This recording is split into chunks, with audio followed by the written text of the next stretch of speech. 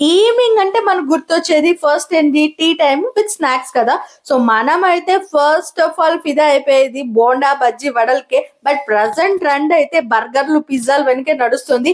అలాగే మనము ఈ రోజు ఈవినింగ్ స్నాక్స్ కి బర్గర్ ట్రై చేద్దామని బర్గర్ కింగ్ అయితే వచ్చేసాను.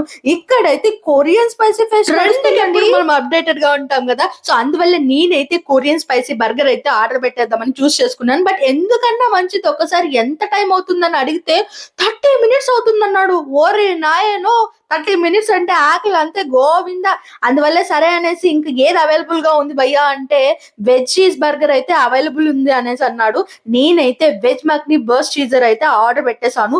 ఇక్కడైతే మనకు ఆఫర్లు 2 బర్గర్స్ వస్తున్నాయండి విత్ 79 రూపీస్. ఎంత మేలో కదా. అలాగే దాంతో పాటు ఒక వెజ్ ఫింగర్స్ అయితే కూడా ఆర్డర్ పెట్టేశాను. నాకైతే విత్ ఇన్ 5 minutes లో ఆర్డర్ అయితే డెలివరీ చేసేసాడండి. ఇక్కడ మనకు సాస్ ప్యాకెట్స్ ఎన్నైనా కూడా ఇస్తాడు తెలుసా. ఇంకా ప్యాకింగ్ విషయానికి వచ్చేస్తే ప్యాకింగ్ అయితే చాలానే బాగుంది.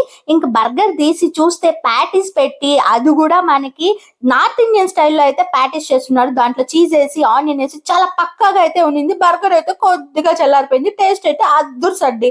ఇంకా ఈ వెజ్ చీజ్ ఫింగర్స్ అయితే అస్సలు బాగాలేదు, అస్సలు ట్రై చేయకండి. నాకైతే ఇలా గడిచింది ఈవినింగ్.